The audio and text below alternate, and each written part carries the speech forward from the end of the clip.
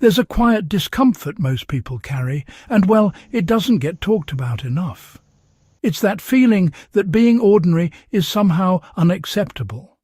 That if you're not exceptional, ahead, admired or winning, then you're, falling behind. This isn't just ambition. It's something deeper. It's the ego resisting the idea of being average. This applies to every age. Whether you're young and trying to prove yourself, in your middle years building a life, or older and reflecting on what you've done, the pressure is still there. The ego doesn't age out. It simply changes how it expresses itself. At its core, the ego is your sense of identity. It wants to feel important, recognized and secure. It builds a story about who you are, and honestly who you should be. And in that story, being average is not acceptable. Because average doesn't stand out. It doesn't get applause. It doesn't feel safe in a world that, rewards visibility and status. So the ego creates a quiet rule. You must be more than others, or at least not less. It's interesting how the ego ties your worth to being special. From an early age, people are rewarded for standing out. Good grades, praise, attention, achievements, all those things. Over time, this creates a belief that your value is tied to how you compare to others. Not just who you are, but how you rank. This doesn't disappear as you grow older. It evolves, really. A young person may chase recognition through talent or popularity. Someone in their 30s or 40s may measure themselves through career success or financial status. And later in life, it may shift to legacy, respect, or, how others remember you. The pattern is the same. The ego is constantly asking, am I enough compared to others? And when the answer feels uncertain, it creates discomfort. That's why being average feels like failure. Not because it actually is, but, because the ego interprets it that way. It equates average with invisibility, and invisibility with insignificance. How this fear quietly controls your decisions. When the ego fears being average, it starts influencing your behavior in ways you don't notice. You may avoid trying new things unless you're sure you'll be good at them. You may overwork, not out of passion, but out of fear of falling behind. You may compare yourself constantly, measuring your life against others, even when it drains you. In relationships, this can show up as needing validation, wanting to be seen as the better partner, or feeling threatened by someone else's success. Even in later stages of life, this doesn't go away. It can show up as regret, comparing your life to what you think it should have been, or feeling like you didn't do enough. The ego doesn't just want progress, it wants superiority. And honestly, that's what creates the pressure. Why is it that chasing exceptionalism can leave you feeling, empty? The pursuit of being exceptional sounds positive on the surface. It drives growth, discipline, and achievement. But when it's driven by ego, it comes with a hidden cost.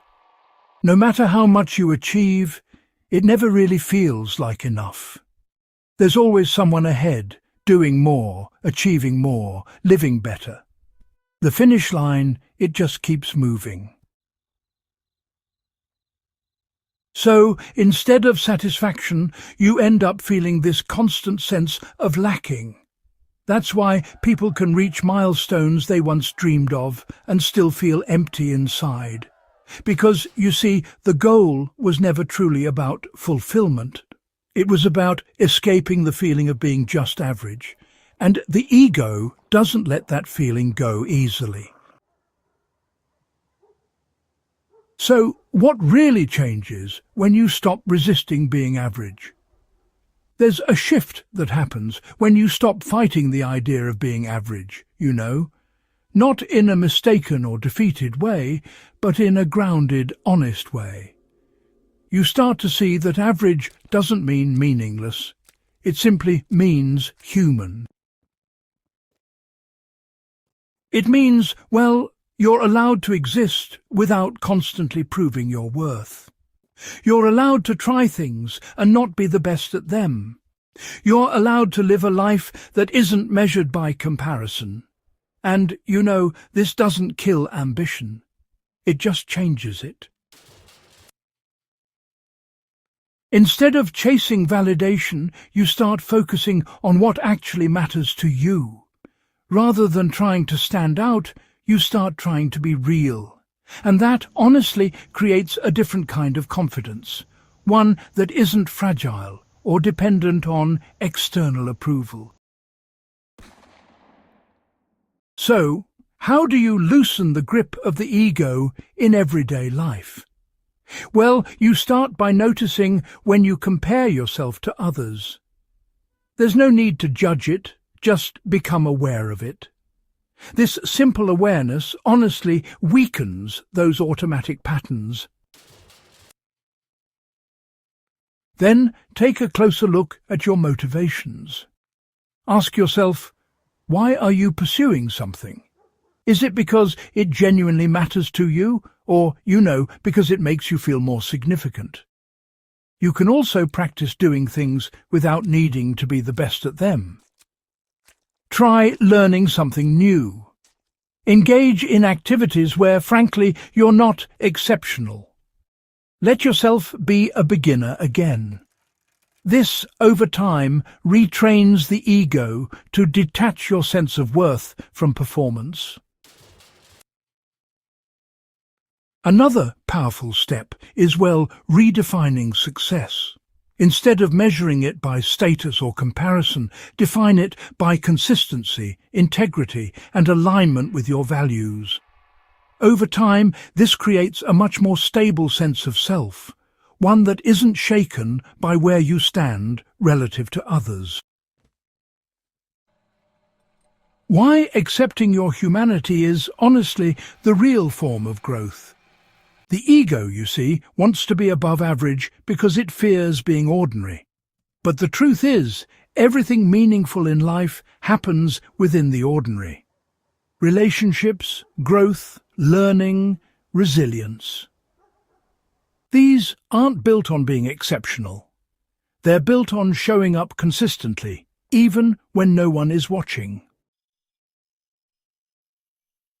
When you accept that you don't have to be extraordinary to have a meaningful life, something changes. The pressure eases, the noise quiets down, you stop performing and you start living. And ironically, that's when people often become more impactful.